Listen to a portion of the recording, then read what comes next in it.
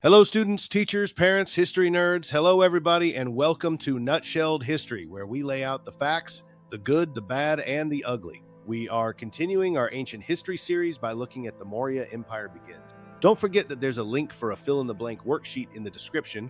I just ask that you like and subscribe. I apologize for any mispronunciations ahead of time. I do my best. By the end of the Vedic Age, many kingdoms covered India. Chandragupta Maurya was the first ruler to unite the Indian subcontinent under a single empire. His government brought order to a land of many peoples. How did Chandragupta unite India? According to legend, Chandragupta was raised from a young age for greatness.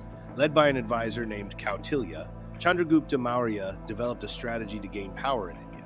First, he came up with a plan to take control of the northwest region of India from Greek invaders. He then conquered Magadha, the strongest kingdom in India.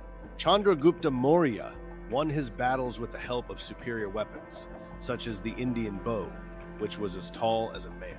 After Chandragupta conquered Magadha, he attacked other kingdoms, and by 305 BCE, he ruled much of the Indian subcontinent. His Maurya Empire stretched from the Bay of Bengal to present-day Afghanistan. How did Chandragupta rule an empire? As emperor, Chandragupta faced the same problem as empire builders in Mesopotamia and Egypt. How could he establish rule over a large area with many cultures and ethnic groups?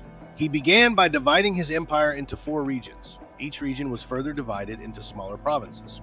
The emperor also set up a bureaucracy, or a system of offices that carries out government rules and regulations, and he created a spy network to keep watch over his subjects. Chandragupta created a tax system to pay government workers, support the army, and pay for his costly lifestyle. Chandragupta's harsh ideas about ruling included doing whatever was necessary to maintain order and keep all power in his own hands. Now, the nutshell.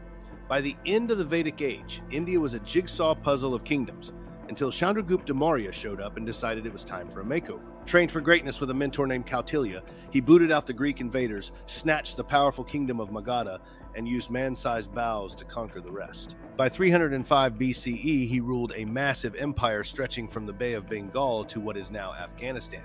But running a giant empire wasn't all parades and peacock thrones. Chandragupta tackled it by slicing his empire into manageable chunks, setting up a bureaucracy, deploying spies like an ancient James Bond, and taxing folks to fund everything from the army to his royal bling. His rule was strict, efficient, and totally my way or the highway. There you have it, folks. That is the Maurya Empire begins in a nutshell. Thanks for stopping by Nutshelled History. Don't forget to go nutso on those like and subscribe buttons for me. Okay, I'll see y'all next time on Nutshelled History.